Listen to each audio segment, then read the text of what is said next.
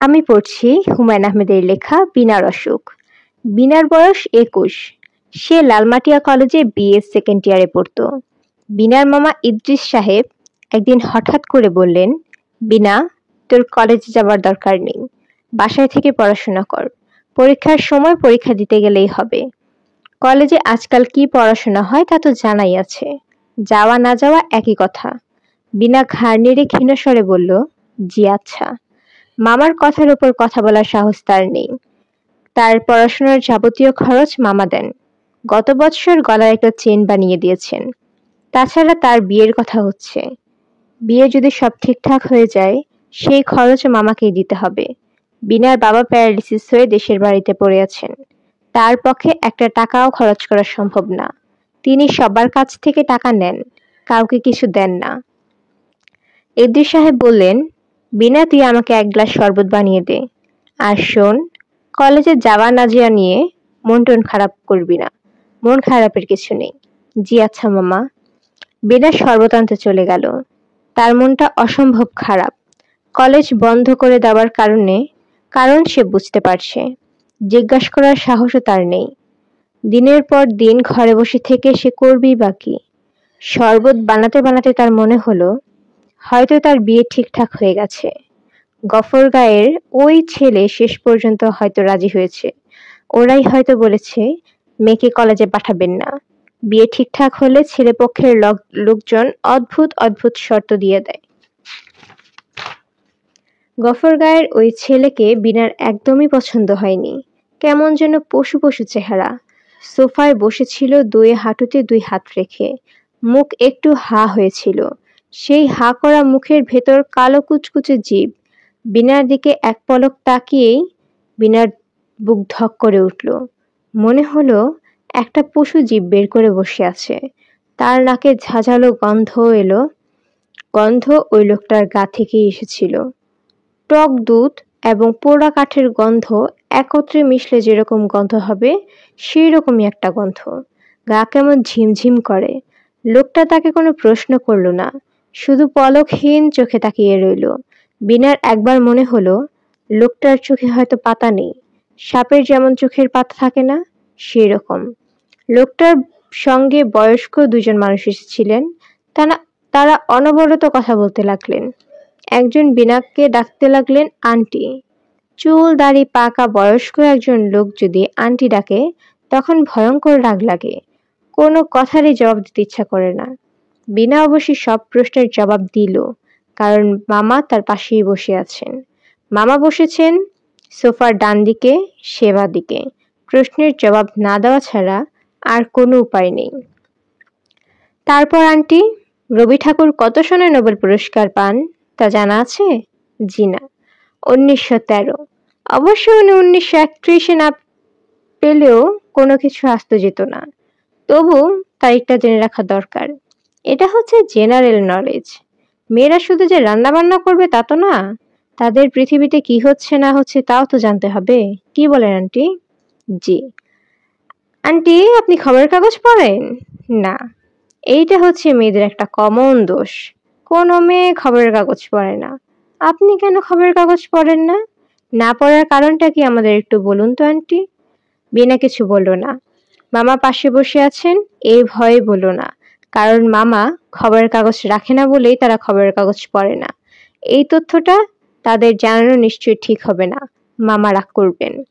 ইদ্রিস সাহেব বললেন, মা বিনা, ইনাদের জন্য চা মিষ্টি দাও। 4-5 জাতের মিষ্টি টেবিলে সাজানো হয়েছে। দিনা প্লেট উঠিয়ে উঠিয়ে সবার দিকে এগিয়ে দিল। লোকটাকে যখন দিতে গেল, তখন অদ্ভুত এক ধরনের শব্দ করল। থাবার মতো বিশাল হাত বাড়িয়ে মিষ্টির থালা নিল। বিনা লক্ষ্য করল, লোকটির আঙুলের নখ কালচে ধরনের। নখের মাথা পাখির নখের মতো সূচালো। বিনার গা সত্যি সত্যি কাটা দিয়ে উঠল। সে মনে মনে বলল, আল্লাহ, এই লোক যেন আমাকে পছন্দ না করে। আল্লাহ, এই লোকটা যেন আমাকে পছন্দ না করে। লোকটা বিনাকে পছন্দ করলো কি করলো না কিছুই বোঝা গেল না। ইদ্রিস সাহেব এই প্রসঙ্গে বাসার কারোর সঙ্গেই কোনো আলাপ আলোচনা করলেন না। ইদ্রিস সাহেবের এই হলো স্বভাব। বাসার কারোর সঙ্গে কোনো বিষয়ে তিনি কথা বলবেন না। নিজে যা ভালো বুঝবেন তাই করবেন। এই যে তিনি আজ বিনার কলেজে যাওয়া বন্ধ করলেন, এর কারণ তিনি কাউকে বলবেন না। ইদ্রিস সাহেবের জীবনের মূলমন্ত্র হচ্ছে নারী জাতির সঙ্গে কোনো বিষয় নিয়ে আলাপ না করা।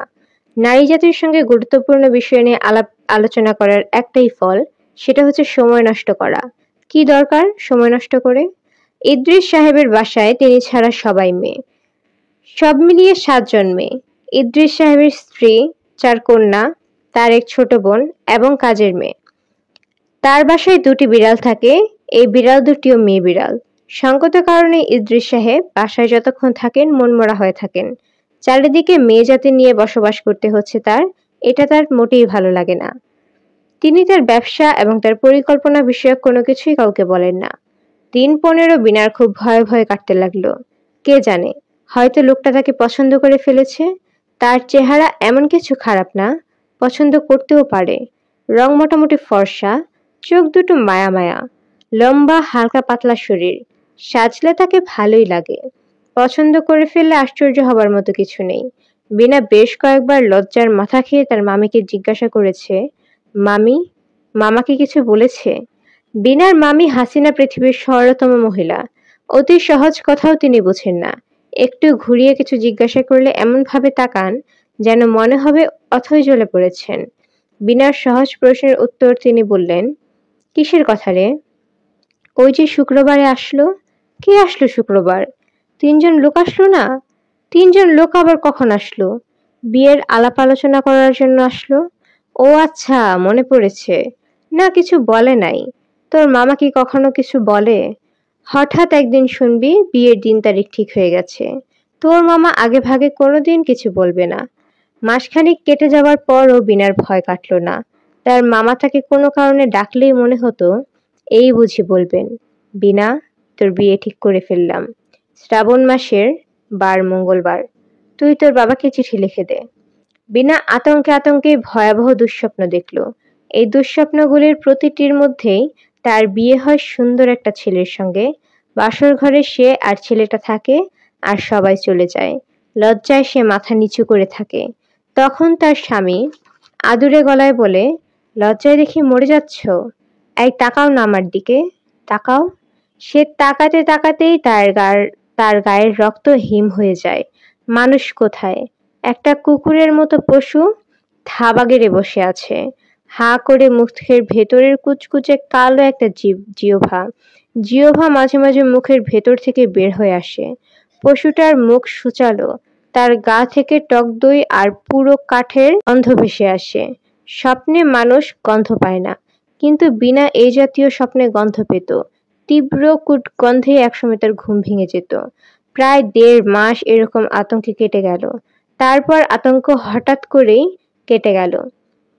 কারণ ইদ্রিস সাহেব এক ছুটির দিনের দুপুরবেলায় ভাত খেতে খেতে বললেন, বিয়েটা ভেঙে দিলাম। হাসিনা বললেন, কার বিয়ে ভেঙে দিলে? বিনার। ওই যে 3 জন এসেছিল না শুক্রবারে, খুব চাপাবাজি করেছিল। মেয়ে নাকি তাদের খুব পছন্দ হয়েছে। ওদের বাড়ির অবস্থা ভালো। গফরগাঁয়ে কাপড়ের ব্যবসা আছে। গ্রামের বাড়িতে ধান ভাঙা কল আছে। বড় বড় আত্মীয় স্বজন। তাহলে বিয়ে ভেঙে দিলে কেন? ছেলের গায়ে বিশ্রী গন্ধ। ঘোড়ার আস্তা বলে গেলে এমন গন্ধ পাওয়া যায়, সেই রকম। যে কবার এই ছেলে আমার কাছে এসেছে একই রকম গন্ধ পেয়েছি। কি দরকার? হাসিনা দুঃখিত মুখ করে বললেন, আহা, গন্ধের জন্য বিয়েটা বাতিল করে দিলে? ভালো মতো সাবান দিয়ে গোসল করলেই তো গন্ধ চলে যায়। ইদ্রিস কড়া গলায় বলল, যা বোঝো না তা নিয়ে কথা বলবে না। তুমি রোজ গিয়ে গোসল করিয়ে আসবে নাকি? মেয়ে ছেলের মধ্যে থাকবে, সবকিছুর মধ্যে কথা বলবে না। রাগ করছো কেন? রাগ করার মতো কি বললাম? চুপ, আর একটা কথাও না। ইদ্রিস সাহেবের দুর্ব্যবহারে হাসিনা কাঁদতে বসেন, তবে বিনার আনন্দের সীমা থাকে না। যাক, শেষ পর্যন্ত লোকটির সঙ্গে বিয়ে হচ্ছে না। মামার প্রতি কৃতজ্ঞতায় বিনার মন ভরে যায়। মামা কথা না বললেও মানুষ খারাপ না। কে জানে, এই যে তাকে কলেজ যেতে দিচ্ছে না, এরও হয়তো কোনো ভালো কারণ নিশ্চয়ই আছে। মামা যদি শুধু কারণটা বলতো, কিন্তু মামা বলবে না। অদ্ভুত মানুষ। নিতান্তই আকস্মিকভাবে বিনা তার কলেজ যাওয়ার বন্ধ হবার রহস্য জেনে ফেলল। ইদ্রিস সাহেব বিনার বাবাকে চিঠিতে কারণটা জানিয়েছেন। খামে ভরার আগে এই চিঠি বিনা পড়ে ফেলল। পাক জনাবেশু, দুলা ভাই, আমার সালাম জানিবেন। পর সমাচার এই যে বিনার কলেজ যাওয়া একটি বিশেষ কারণে বন্ধ করিতে হইয়াছে। বিনা ইহাতে কিঞ্চিৎ মনে কষ্ট পাইয়াছে, কিন্তু ইহা ছাড়া আর কোনো উপায় দেখিলাম না। এখন আপনাকে কারণ বলিতেছি।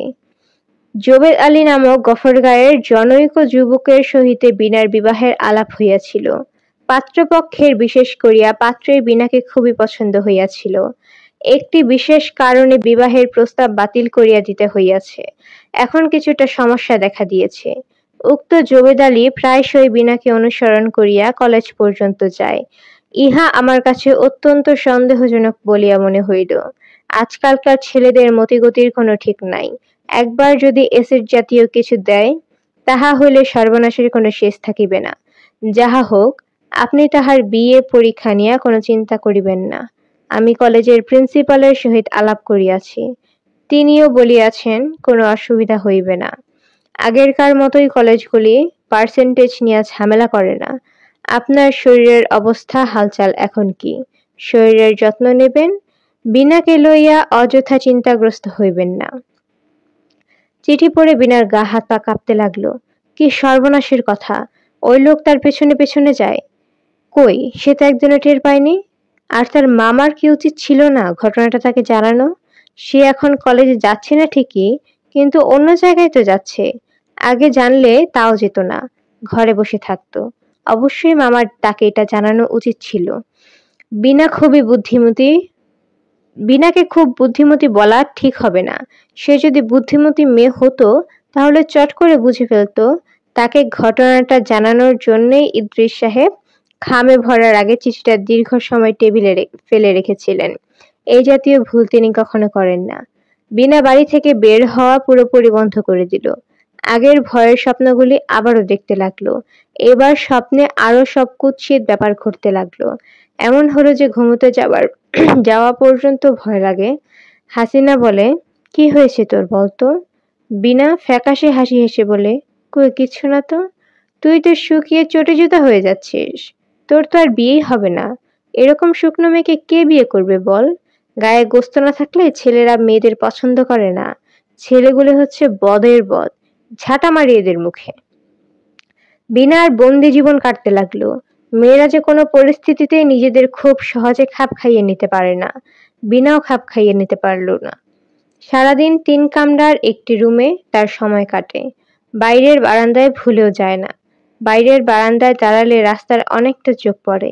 তার ভয় বারান্দায় দাঁড়ালে যদি লোকটা তাকে দেখে ফেলে। এত সাবধানতার পরেও একদিন দেখা হয়ে গেল। বারান্দায় কাপড় শুকাতে দেওয়া হয়েছিল। হাসিনা বললেন, বৃষ্টি এসেছে, কাপড়গুলি আন তো বিনা। বিনা কাপড় আনতে গিয়ে পাথরের মতো জমে গেল। বাড়ির সামনের রাস্তাটার উপর পাশে জারুল গাছের নিচে লোকটা দাঁড়িয়ে আছে, তাকিয়ে আছে বিনার দিকে। মুখ হা হয়ে আছে। দাঁড়িয়ে আছে খানিকটা কুঁজো হয়ে। বিনাকে দেখে সে দ্রুত রাস্তা পার হয়ে এপাশে চলে এলো। হাত ইশারা করে কি যেন বলল। বিনা চিৎকার করে ঘরে ঢুকলো। ঘন্টা খানিকের মধ্যে তার জ্বর উঠে গেল 103। হাসিনা বললেন, এটা কেমন কথা? লোকটা তো বাঘও না, ভাল্লুকও না, তাকে দেখে তো ভয় পাওয়ার কি আছে? বিনা বিড়বিড় করে বলল, আমি জানি না মামি। কেন এত ভয় লাগছে? আমি জানি না। আপনি আমাকে ধরে বসেন। কেমন জানি লাগছে মামি। ইদ্রিস সাহেব সন্ধ্যাবেলা ঘরে ফিরে সব শুনলেন। কাউকে কিছুই বললেন না। সহজ ভঙ্গিতে খাওয়া দাওয়া করলেন। বড় মেয়েকে অঙ্ক দেখিয়ে দিলেন। রাত 9টার সময় একটি সুটকেসে বিনার কাপড় গুছিয়ে দাও তো। রাত 11টায় বাহাদুরবাদ এক্সপ্রেস। বিনাকে দেশের বাড়ি রেখে আসি। হাসিনা হতভম্ব হয়ে বললেন, আজ রাতে? ইদ্রিস সাহেব বিরক্ত গলায় বললেন, আজ রাতে নয়তো কি পরশু রাতে? জোবেদ হারামজাদা বড় বিরক্ত করছে। আমি আরো কয়েকদিন দেখেছি। আজ রাতে যাওয়া দরকার কি? কাল যাও। কাল যেতে পারলে আজ যেতে অসুবিধা কি? তোমার তোমার মেয়ে মানুষরা যা বোঝো না তা নিয়ে শুধু কথা বলো। কাপড় গুছিয়ে দিতে বলেছি, কাপড় গুছিয়ে দাও। বিনার জ্বর। জ্বরের সঙ্গে কাপড় গোছানোর সম্পর্ক কি? কাপড় তো তুমি গোছাবে, তোমার গায়ে তো জ্বর নেই। হাসিনা কাপড় গুছিয়ে দিলেন। তার স্বামীকে তিনি চেনেন, কথাবার্তা বলে লাভ হবে না। বিনার 102.5 জ্বর নিয়ে বাহাদুরবাদ এক্সপ্রেসে উঠল। বাড়িতে পৌঁছাতে পৌঁছাতে সে জ্বর বেড়ে হলো 104.5। ইদ্রিস সাহেব ছুটি নিয়ে যাননি। বিনাকে রেখে পরদিনই চলে আসতে হলো। বিনা সপ্তাহখানেক জ্বর ভোগে কঙ্কালের মতো হয়ে গেল। মুখে রুচি নেই, যা খায় তাই বমি করে ফেলে দেয়। রাতে ঘুম হয় না, প্রায় রাতই জেগে জেগে কাটিয়ে দেয়। চোখের পাতা এক হলেই ভয়ঙ্কর সব স্বপ্ন দেখে। এ সময় তার ভয়ের অসুখ হয়, সারাক্ষণই ভয় লাগে, কোনো কারণ ছাড়াই অস্বাভাবিক ভয়। কেউ হয়তো সামনে দিয়ে গেলে অমনি বিনার বুক ধড়াস করে ওঠে।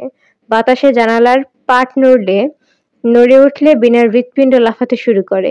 সে আতঙ্কে অস্থির হয়ে যায়, প্রচণ্ড ঘাম হয়।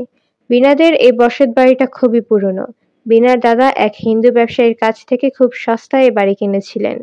অনেকখানি জায়গা নিয়ে বাড়ি, পুরো জায়গাটা দেয়াল দিয়ে ঘেরা। সংস্কারের অভাবে দেয়াল জায়গায় জায়গায় ভেঙে পড়েছে। দোতলার ঘরে বেশিরভাগই ব্যবহারের উপযোগী নয়।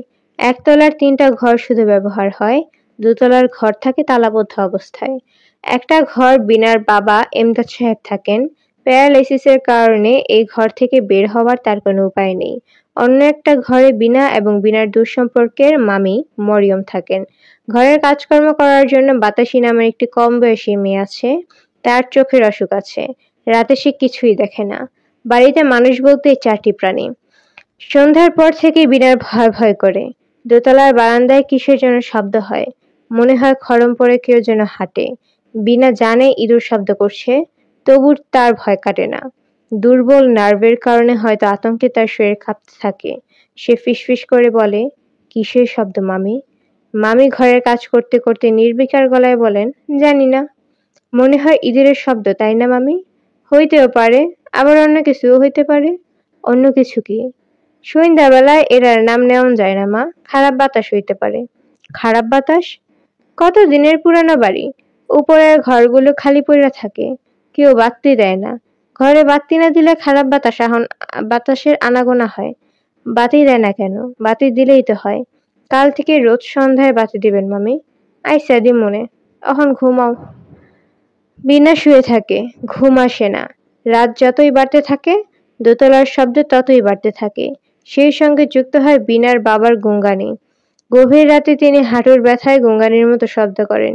সেই শব্দ বিনার কানে অমানসিক শব্দ বলে মনে হয়, যেন বিনা বাবা নয়, অন্য কেউ শব্দ করছে। সেই অন্য কেউ মানুষগোত্রীয় নয়, এক ধরনের চাপা হাসিও শোনা যায়। বিনাদের স্নান ঘরের মূল ঘর থেকে অনেক দূরে। স্নানঘর বিনার খুব প্রিয়। শ্যাওলা ধরা দেয়াল ঘেরা ছোট্ট চারকোনা একটি জায়গা, ভেতরে চৌবাচ্চা আছে। স্নানঘরের ছাদটা ছিল টিনের। গত আশ্বিন মাসের ঝড়ে টিনের ছাদ উড়ে গেছে। সেই ছাদ আর ঠিক করা হয়নি। গোসলের সময় মাথার উপর থেকে খোলা আকাশ দেখা যায়।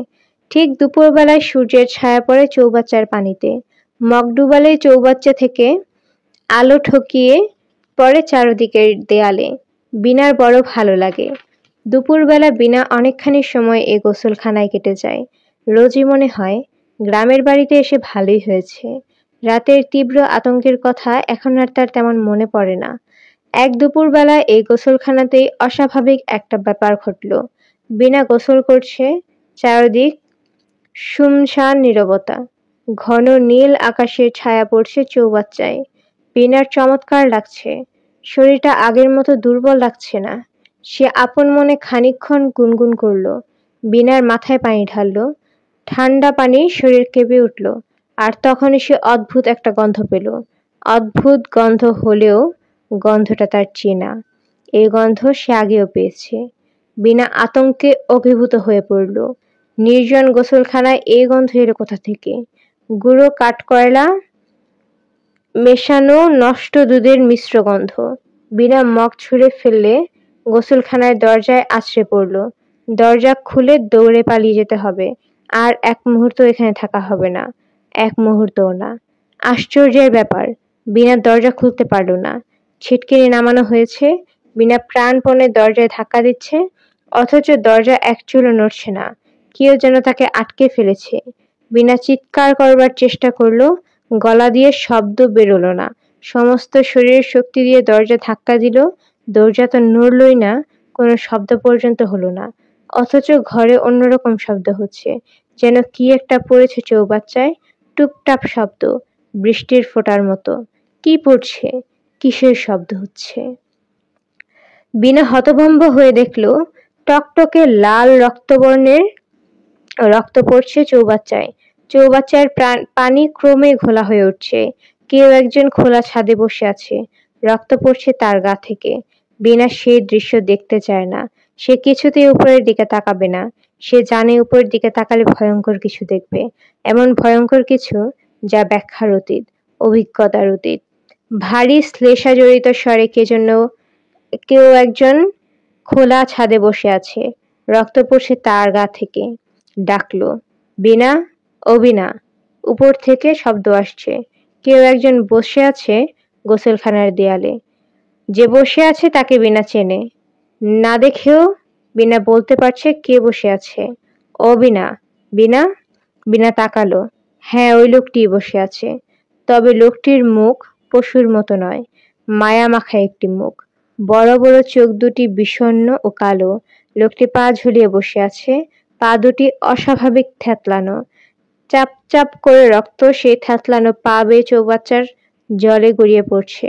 লোকটি ভারী শ্লেষাজড়িত স্বরে ডাকলো, বিনা, ও বিনা। বিনা জ্ঞান হারালো। তার জ্ঞান ফিরল তৃতীয় দিনে জামালপুরের সদর হাসপাতালে। চোখ মেলে দেখল আরো অনেকের সঙ্গে বিছানার পাশে ইদ্রিস সাহেব বসে আছেন। তাকে টেলিগ্রাম করে আনা হয়েছে। ইদ্রিস সাহেব গভীর মমতার সঙ্গে বললেন, কি হয়েছে রে মা? বিনা ফুপাতে ফুপাতে বলল, ভয় পেয়েছি মামা। ইদ্রিস সাহেব বিরক্ত গলায় বললেন, ভয় পাবারই তো কথা। ওই জংলা বাড়িতে আমি নিজেই ভয় পাই আর তুই পাবি না? এখানে থাকার দরকার নেই।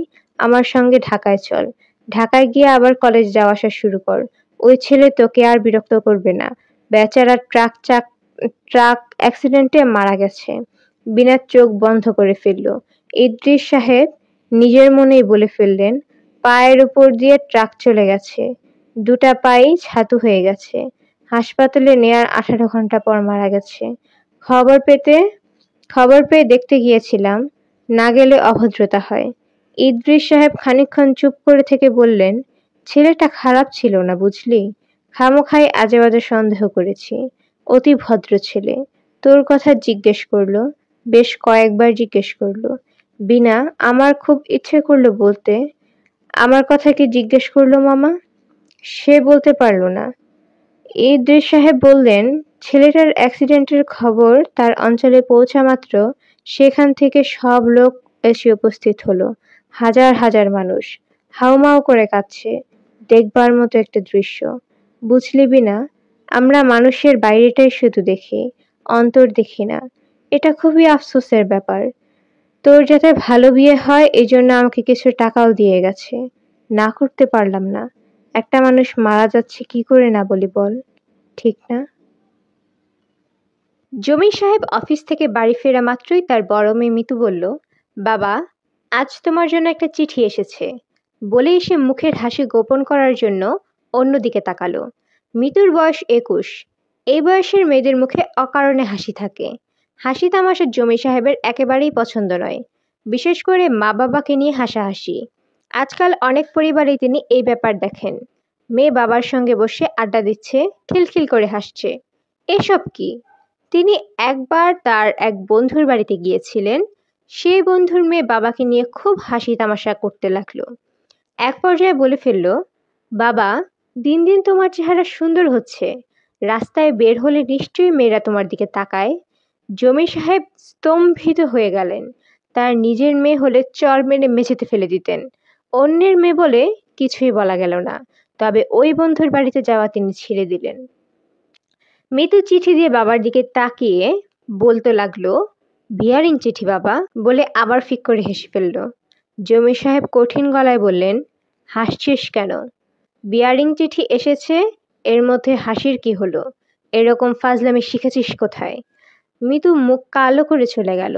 বাবাকে সে সঙ্গত কারণে অসম্ভব ভয় পায়। জমি সাহেব লক্ষ্য করলেন খামের মুখ খোলা। এরা চিঠি পড়েছে। এই বেয়াদবির সহ্য করা মুশকিল। একজনের চিঠি অন্যজন পড়বে কেন? খামে তার নাম লেখা দেখার পরেও এরা কোন সাহসে চিঠি খোলে? রাগে জমি সাহেবের গা কাঁপতে লাগলো।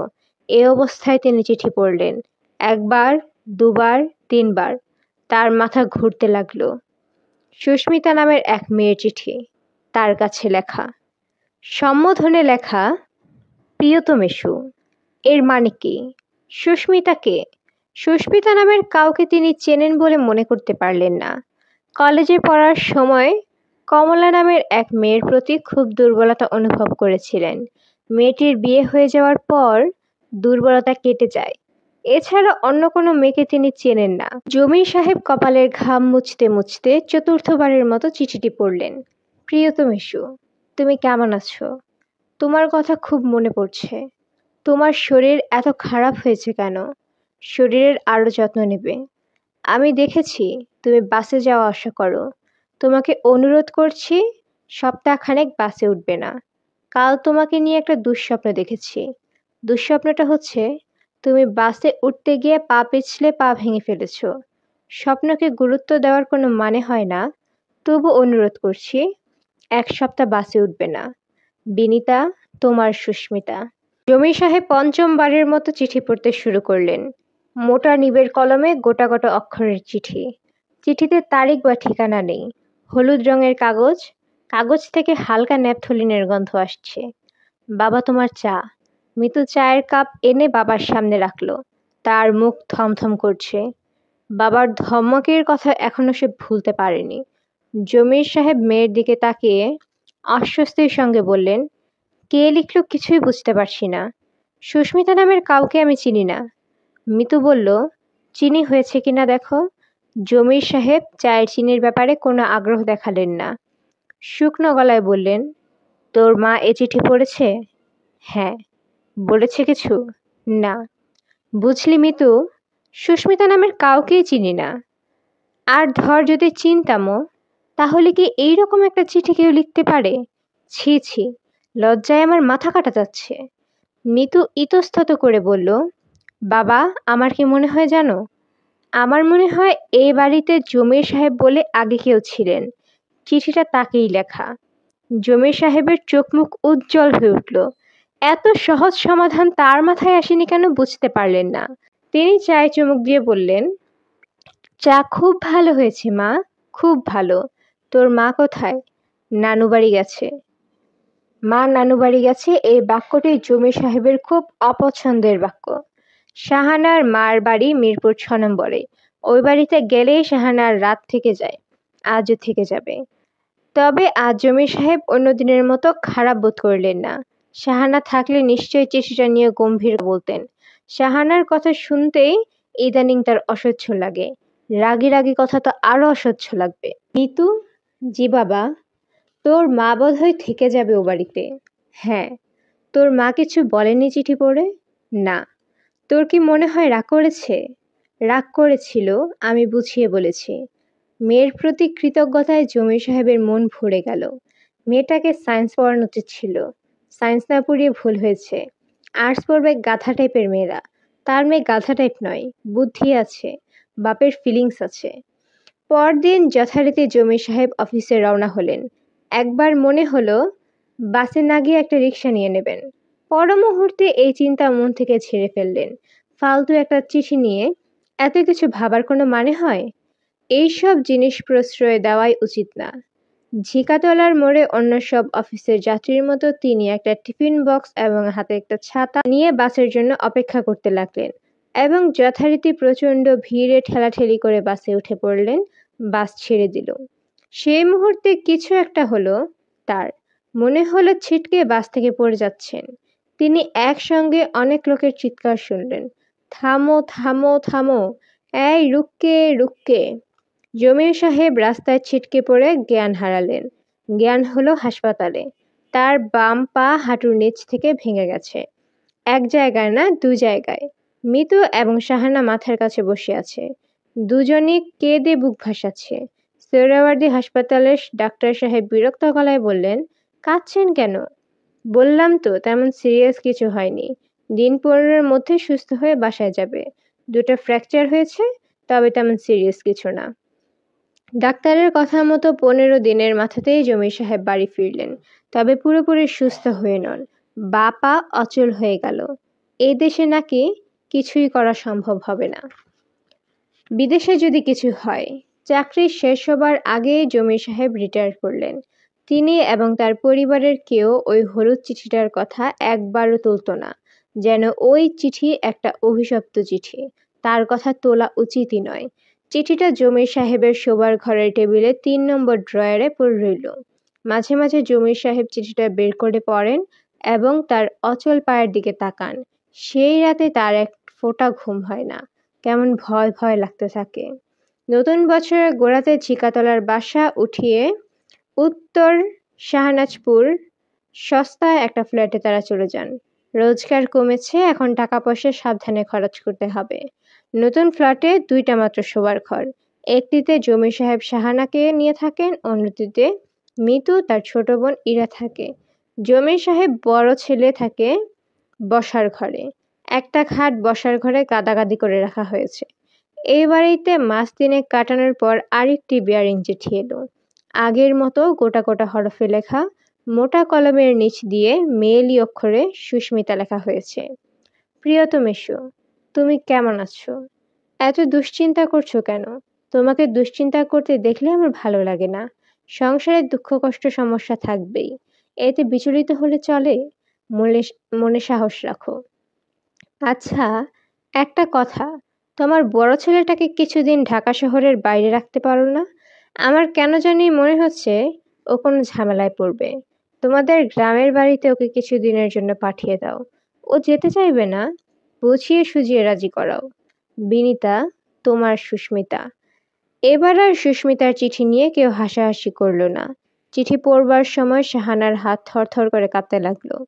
জমির সাহেব অস্বাভাবিক গম্ভীর হয়ে গেলেন। বড় ছেলে সুমনকে গ্রামের বাড়িতে পাঠানোর প্রশ্নই ওঠে না, কারণ তার বিয়ে ফাইনাল পরীক্ষা শুরু হয়েছে। 2টা পেপার হয়ে গেছে।